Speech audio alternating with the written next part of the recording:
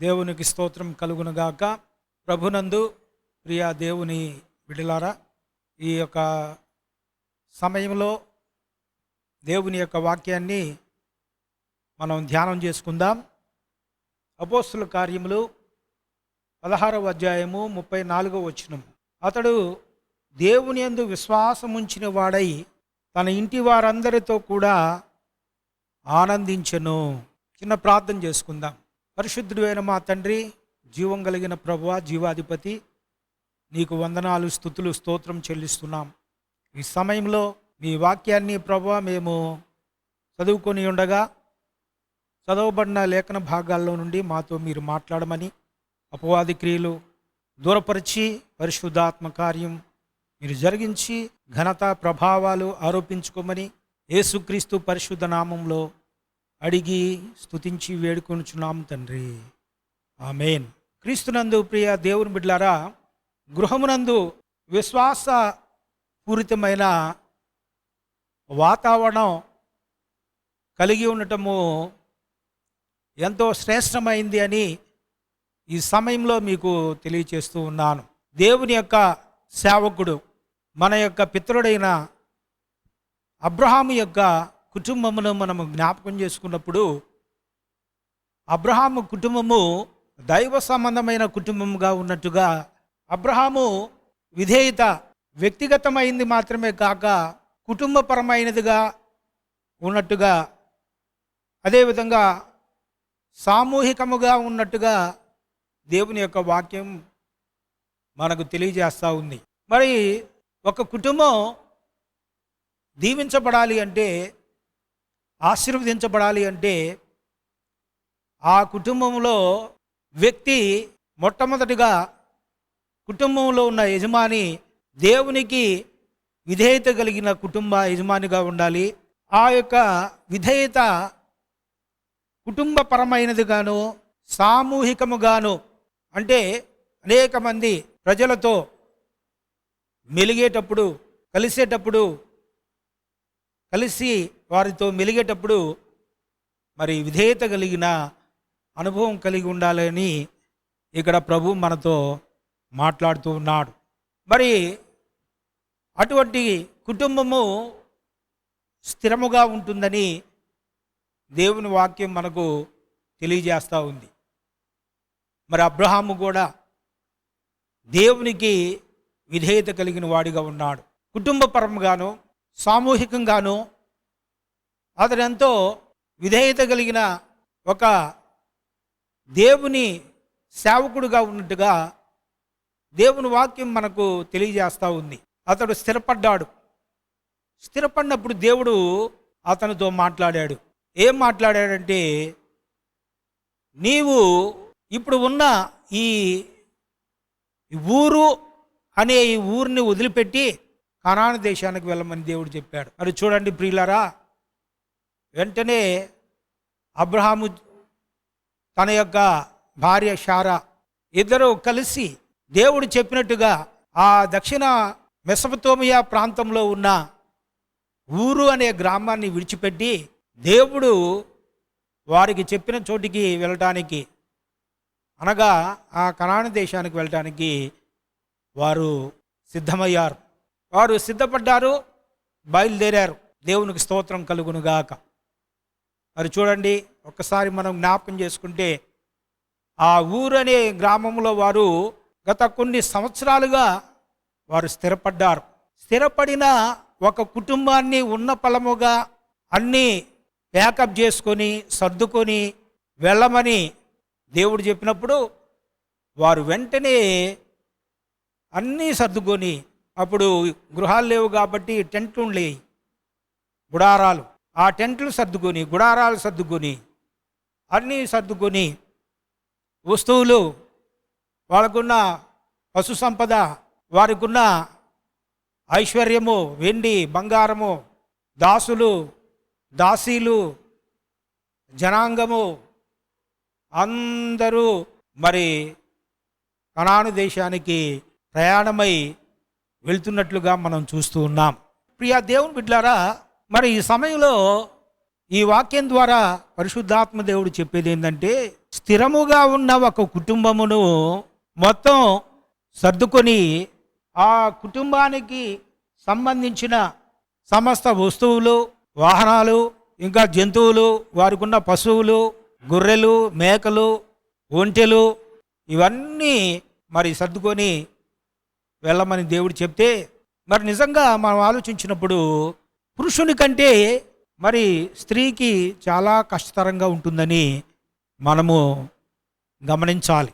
ఇది చాలా కష్టతరమైన విషయం. అయినప్పటికీ ఇట్టి స్థితిలో శారాకు సంబంధించిన వివరాలు పరిశుద్ధ గ్రంథంలో తెలియజేయనప్పటికీ ఊరను పట్టణమును విడిచి ఆ యొక్క పట్టణాన్ని విడిచిపెట్టుటకై దేవుని యొక్క పిలుపును గురించి అబ్రహాముకు బయలుపరిచినప్పుడు శారా హృదయపూర్వకంగా అంగీకరించినట్లుగా మనం చూస్తున్నామండి ప్రియులారా. మరి ఆ విధంగా అబ్రహామును దేవుడు పిలిచాడు, తన భార్య అయిన శారాని దేవుడు పిలవలేదు.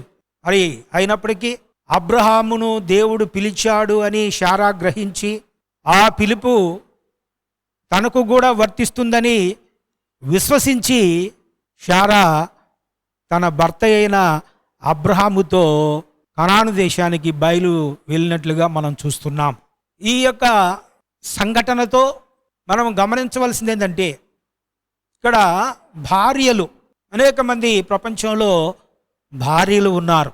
ఆ భార్యలు తమ భర్త యొక్క పిలుపు విషయంలో ఎలా స్పందిస్తున్నారు, ఏ విధంగా నడుస్తున్నారు, ఏ విధంగా వారు వెంబడిస్తున్నారు అనేది, మరి ఆ విధంగా తమ భర్తలకు సేవా పరిచయ విషయంలో ఎంతమంది భార్యలు సహకరిస్తున్నారు అనేది ఒకసారి మనము జ్ఞాపకం చేసుకోవాలి.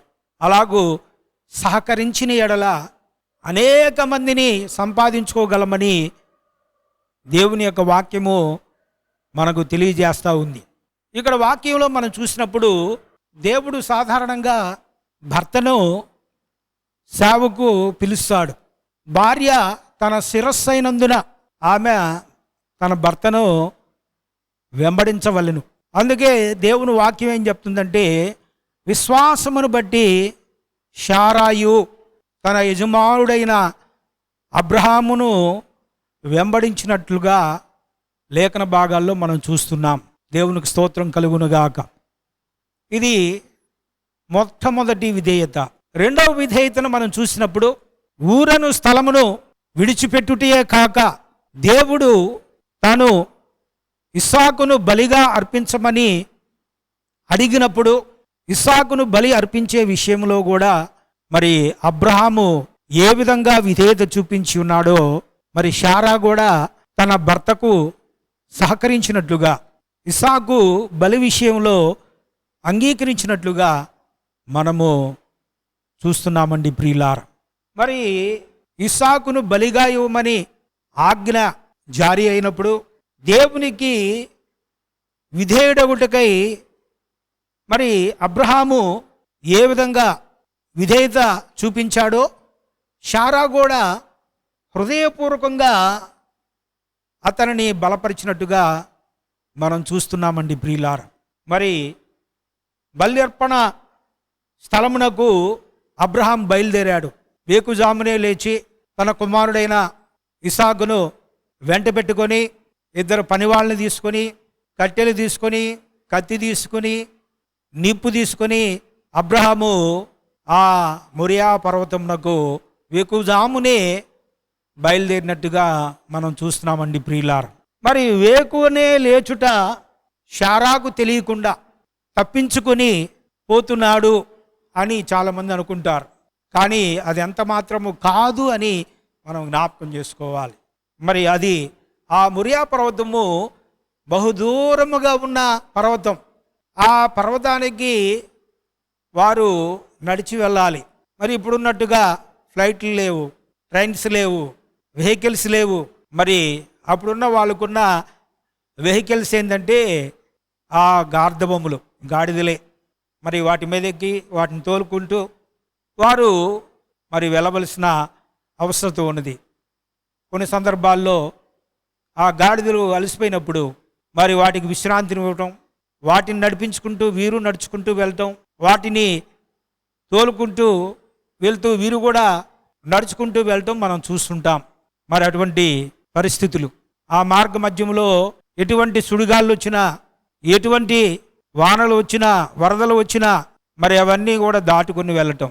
అటువంటి పరిస్థితుల్లో మరి అబ్రహాము బయలుదేరినట్టుగా, తన కుమారుడైన ఇస్సాకుతో బయలుదేరినట్టుగా మనం చూస్తున్నామండి ప్రియులారా. మరి దేవుని యొక్క వాక్యంలో మనం చూస్తే ఆదికాండం 22వ అధ్యాయము 1 నుండి 4 వచనాల వరకు మనం చదువుకున్నప్పుడు అక్కడ కొన్ని విషయాలు పరిశుద్ధాత్మ దేవుడు మరి రాసి పెట్టి ఉన్నాడు. ఆ వచనాలను మనం జ్ఞాపకం చేసుకుందాం. ఈ యొక్క వచనాల్లో ఆ సంగతులు జరిగిన తర్వాత దేవుడు అబ్రహామును పరిశోధించెను. ఎట్లనగా ఆయన అబ్రహామా అని పిలువగా అతడు చిత్తము ప్రభువా అనెను. అప్పుడు ఆయన, నీకు ఒకడైన నీ కుమారుని అనగా నీవు ప్రేమించి ఇస్సాకును తీసుకొని మొరియా దేశమునకు వెళ్ళి అక్కడ నేను నీతో చెప్పబో పర్వతముల్లో ఒకదాని మీద దహన బలిగా అతన్ని అర్పించమని చెప్పెను. తెల్లవారినప్పుడు అబ్రహాము లేచి తన గాడిదకు గంత కట్టి తన పనివారిలో 2 తన కుమారుడు ఇస్సాకును వెంట పెట్టుకుని దహన బలి కొరకు కట్టెలు చీల్చి లేచి దేవుడు తనకు చెప్పిన చోటికి వెళ్ళెను. 3వ నాడు అబ్రహాము కనులెత్తి దూరం నుండి ఆ చోటును చూచి అని ఇక్కడ మనం చూస్తున్నాం.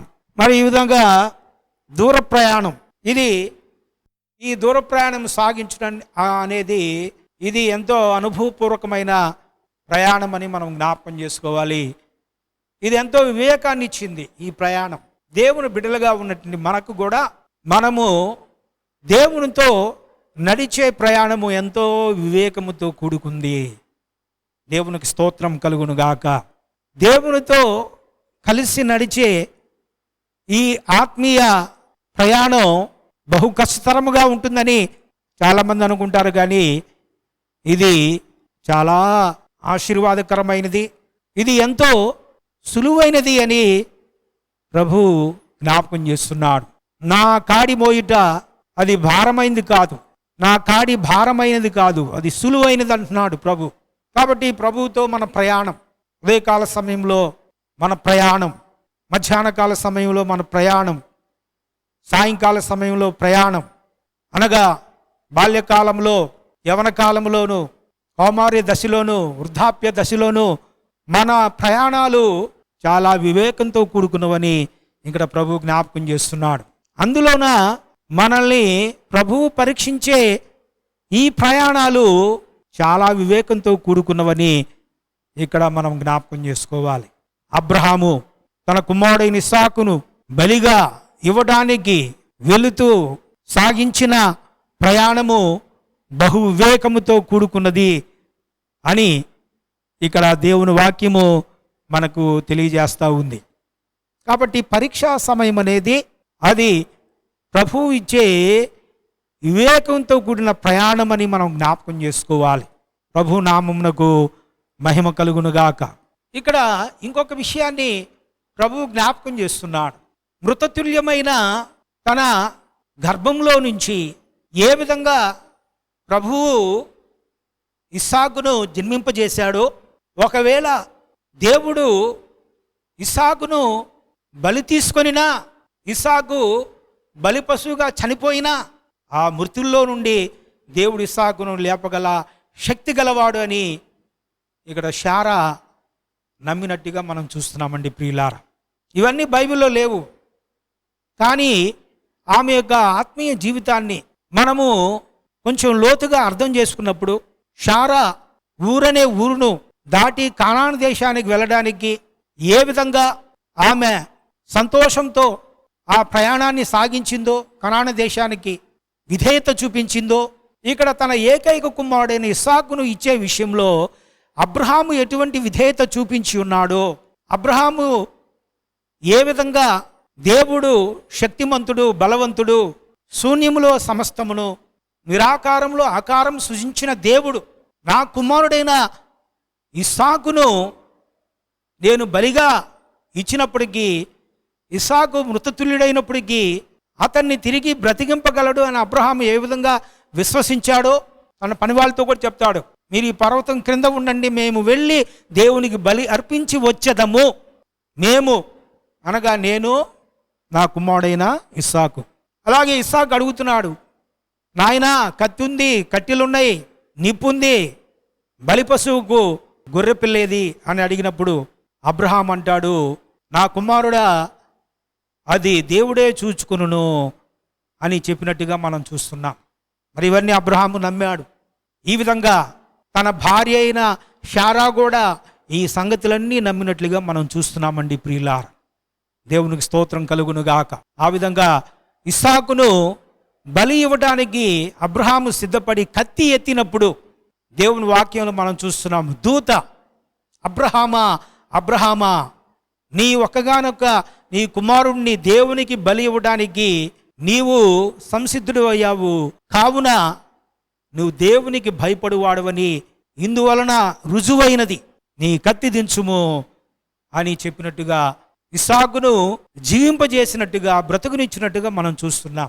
ఇవన్నీ విశ్వాసముతో శారా కూడా ఆ మొరియా పర్వతం మీద ఉన్న ఆ అనుభవాలు, జరగబోతున్న ఆ పరిస్థితులు, తన భర్త తన కుమారుడు విషయంలో దేవుడు జరిగించబోతున్న కార్యాలన్నీ కూడా విశ్వాసంతో నమ్మినట్టుగా మనం చూస్తున్నామండి ప్రియులార.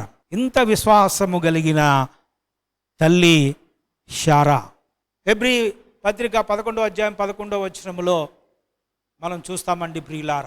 మరి ఈ విధంగా ఈనాటి తల్లిదండ్రుల్లో ఒకరు లేక ఇద్దరు ఆటంకపరచుట వలన అనేక మంది యవనస్తులు ఈ దినము ప్రభు యొక్క పరిచర్యలో ముందుకు కొనసాగలేకపోతున్నారు. ప్రభు యొక్క పరిచర్యలో వారు ముందుకు వెళ్ళలేకపోతున్నారని మనము గ్రహించాలి. మరి ఇట్టి స్థితిని ప్రభు అయిన యేసుక్రీస్తు వారు ఎంతో తీవ్రంగా ఖండించాడు. దేవుని వాక్యంలో మనం చూసినప్పుడు లూకాసు వార్త 17వ అధ్యాయము 2వ వచనంలో మనం చూసినప్పుడు, ఎవరు ఈ చిన్నవారిలో ఒకనికి అభ్యంతరము కలుగుచేయుట కంటే వాని మెడకు తిరుగటిరాయి కట్టబడి సముద్రంలో పరద్రోయబడుట వానికి మేలు అని ప్రభు అయిన యేసుక్రీస్తు వారు సెలవిచ్చినట్టుగా మనం చూస్తున్నామండి ప్రియులార. కాబట్టి దేవునికి అత్యధిక ప్రాధాన్యత ఇచ్చిన గృహముల్లో మరి దేవుని పిల్లలు ఆధ్యాత్మికమైన జీవితంలో పెరుగుతారని మనం జ్ఞాపకం చేసుకోవాలి.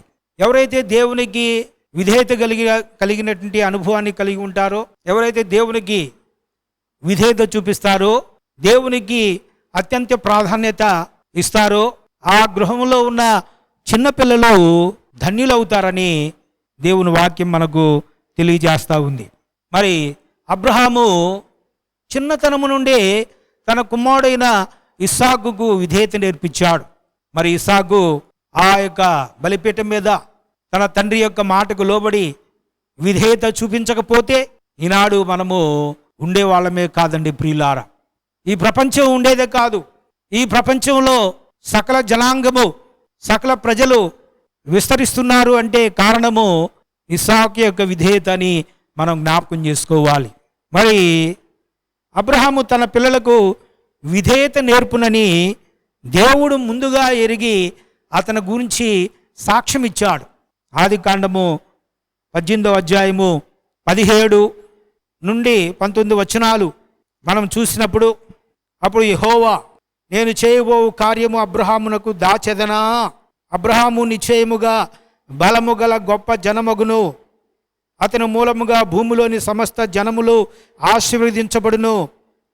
ఎట్లనగా యెహోవా అబ్రహామును గూర్చి చెప్పినది అతనికి కలుగజేయనట్లు తన తర్వాత తన పిల్లలను తన ఇంటి వారును నీతి న్యాయములు జరిగించుచు యెహోవా మార్గమును గైకొనుటకు అతడు వారికి ఆజ్ఞాపించినట్లు నేను అతనిని ఎరిగి ఉన్నాను అనినో.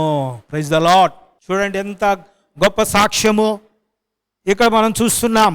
మరి నీతి న్యాయములు కలిగిన కుటుంబము అని ఇక్కడ చెప్తున్నారండి ప్రియులారా. నీతి న్యాయములు జరిగించుచు యెహోవా మార్గమును గైకొనుటకు అబ్రహాము సిద్ధపడి ఉన్నాడు. అని అబ్రహామును గురించి దేవుడు సాక్ష్యం చెప్పి ఉన్నాడు. దేవునికి స్తోత్రం. అదేవిధంగా అపోస్తలుడైన పౌలు హెబ్రీలకు రాసిన పత్రిక 11వ అధ్యాయము 9వ వాక్యాన్ని కూడా మనము చదువుకున్నప్పుడు, విశ్వాసమును బట్టి అతనితో ఆ వాగ్దానమునకు సమాన వారసులైన ఇస్సాకు, యాకోబు అను వారును గుడారములలో నివసించుచు అన్యుల దేశముల్లో ఉన్నట్టుగా వాగ్దత్త దేశములో పరవాసులైరి. Praise the lord. మరి దేవుడు చెప్పినట్టుగా కానాను దేశంలో వారు నివసించి ఉన్నారు. ఇక్కడ దేవుని వాక్యంలో మనం చూసినప్పుడు అన్యుల దేశంలో ఉన్నట్టుగా వాగ్దత్త దేశంలో పరవాసులైరి అని ఇక్కడ మనం చూస్తున్నామండి ప్రియులారా. మరి వారు అన్ని దేశంలో అనగా కనాను దేశంలో ఉన్నప్పటికీ వారు పరవాసులైరి అంటే వారి శరీరంలో మాత్రమే కనాను దేశంలో ఉన్నాయి, వారి యొక్క ఆత్మ పరలోకంలో ఉంది. ప్రభు స్తోత్రం కలుగునుగాక. అనగా దేవుని వాక్యం మనకు చెప్తా ఉంది. అపోస్తలుడైన పౌలు ఎఫెసీయులకు రాసిన పత్రిక 2వ అధ్యాయము 7వ వచనాన్ని మనం జ్ఞాపకం చేసుకున్నప్పుడు, క్రీస్తు యేసునందు మనలను ఆయనతో కూడా లేపి పరలోకమందు ఆయనతో కూడా కూర్చుండబెట్టెను. Praise the Lord. ప్రియా దేవుని బిడ్డలారా, మనం ఈ లోకంలో మనం ఉన్నప్పటికీ మనము పరవాసులము, పరదేశులము. కాబట్టి శరీరం మాత్రమే ఇక్కడ ఉంటుంది, ఈ భూమి మీద ఉంటుంది. నీలో ఉన్న ఆత్మ పరలోకంలో ఉంటుంది అని ప్రభు సెలవిస్తున్నాడు. మరి ఇక్కడ అబ్రహామును గురించి జ్ఞాపకం చేసుకున్నప్పుడు, అబ్రహాము మొట్టమొదటిగా తన కుటుంబంలో విధేయత చూపించిన వ్యక్తిగా ఉన్నాడు. దేవునికి విధేయత చూపించిన వ్యక్తిగా ఉన్నాడు. రెండవదిగా మనం జ్ఞాపకం చేసుకున్నప్పుడు తన భార్య అయిన శారా దేవునికి విధేయురాలుగా ఉన్నట్లుగా మనం చూస్తున్నాం.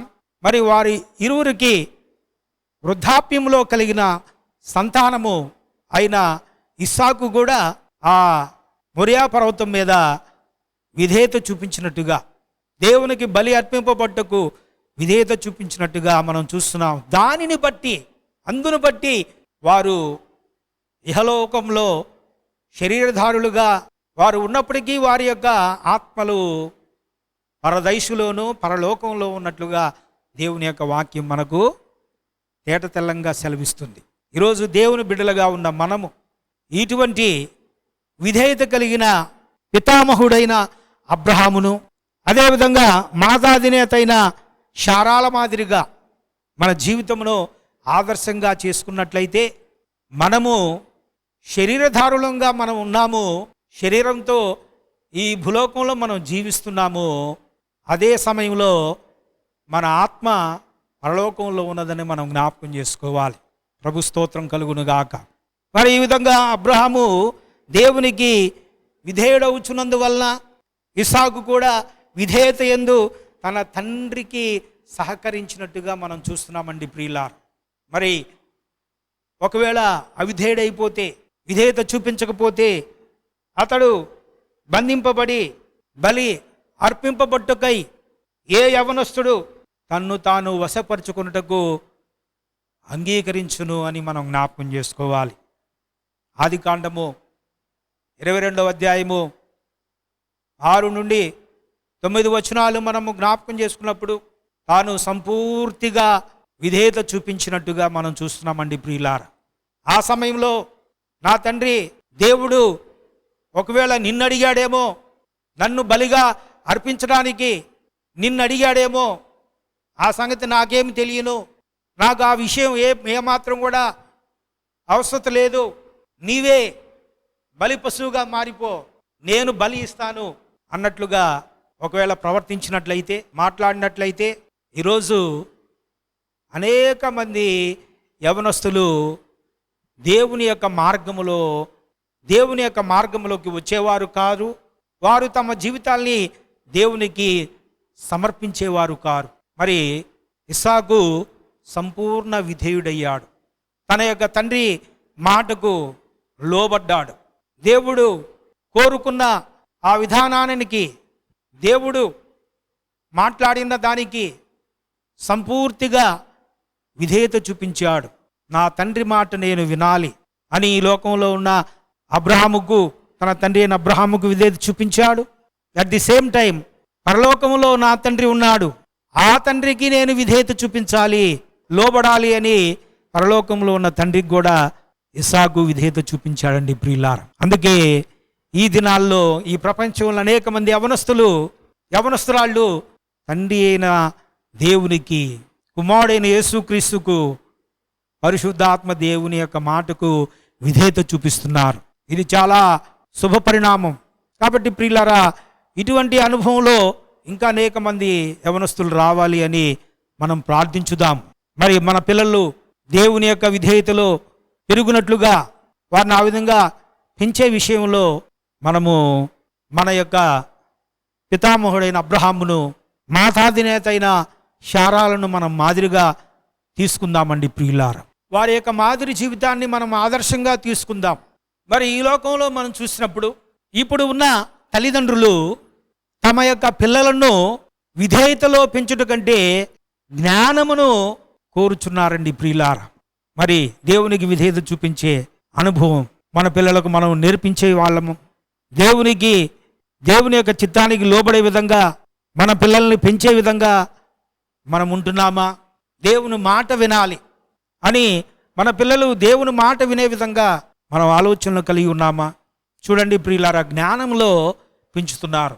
మంచి చదువులు, మరి హైటెక్ స్టడీ, బాగా చదువుకోవాలి, బాగా ఉద్యోగం చేయాలి, బాగా సంపాదించాలి, ఒక కుటుంబీకుడు కావాలి, ఇవే బోధిస్తున్నారు.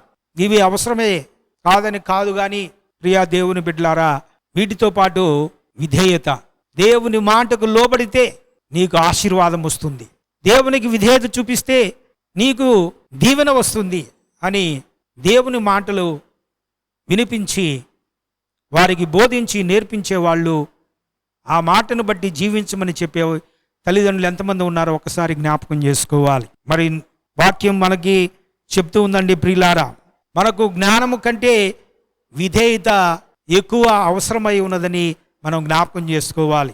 ఒక వ్యక్తిపై నమ్మకము లేకుండా మరి అతనికి విధేయులవుట సాధ్యం కాదు. విశ్వాసము లేకుండా విధేయత లేదు. దేవునికి స్తోత్రం. విధేయత లేకుండా విశ్వాసము నిరుపయోగంగా ఉంటుంది, ఉపయోగం లేదు. కాబట్టి పక్షి రెండు రెక్కలు ఎలా కలిగి ఉంటుందో, దేవుని బిడ్డలుగా ఉన్న మనకును మన పిల్లలకును కుటుంబ జీవితమునకు విశ్వాసము, విధేయత అవసరమై ఉన్నవని మనం జ్ఞాపకం చేసుకోవాలి. ప్రభునామానికి మహిమ కలుగునుగాక. ఇట్టి కృప పరిశుద్ధాత్మ దేవుడు మనకు, మన యొక్క కుటుంబాలకు, మన పిల్లలకు ఆయన అనుగ్రహించునుగాక. ప్రార్థన చేసుకుందాం. పరిశుద్ధుడైన మా తండ్రి, నీకు వందనాలు. మీరు మా కొరకు అనుగ్రహించిన మీ వాక్యం కొరకు వందనాలు. ఈ వాక్యం ద్వారా మాతో అనేక సంగతులు అబ్రహాము యొక్క జీవితంలో నుంచి మాతో మాట్లాడినందుకు నీకు వందనాలు. ప్రతి మాటను మీరు దీవించండి. అబ్రహాము విధేయత చూపించాడు, వాక్యంలో రాయబడి ఉన్నవి. శారా విధేయత చూపించి ఉన్నది. ఆ సంగతులు వాక్యములో వ్రాయబడినప్పటికీ ఆ యొక్క సంగతులు మేము నమ్ముతున్నాం. ఆ విధంగా ఇద్దరు విధేయత కలిగిన తల్లిదండ్రులను బట్టి కుమారుడైన ఇస్సాకు దేవునికి విధేయత చూపించాడు. ఈ సమయంలో మా కుటుంబాల్లో మేము అబ్రహాము వలె, కుటుంబంలో ఉన్న భార్య శారా వలె, పిల్లలు ఇస్సాకు వలె ఉండునట్లుగా మీ కృప దయచేయండి. ఒక పక్షికి రెండు రెక్కలు ఎలాగ ఉండి అవి ఎగురుచూ ఉన్నవో, ఆ పక్షి ఎగురుచూ ఉన్నదో, ఆ విధంగా విశ్వాసము, విధేయత అనే ఈ రెండు అనుభవాలు మా కుటుంబాలలో, సమస్త ప్రజల యొక్క కుటుంబాల్లో ఉన్నట్లుగా మీ కృపను గ్రహించమని యేసుక్రీస్తు నామంలో అడుగుచున్నాం తండ్రి. ఆమెన్.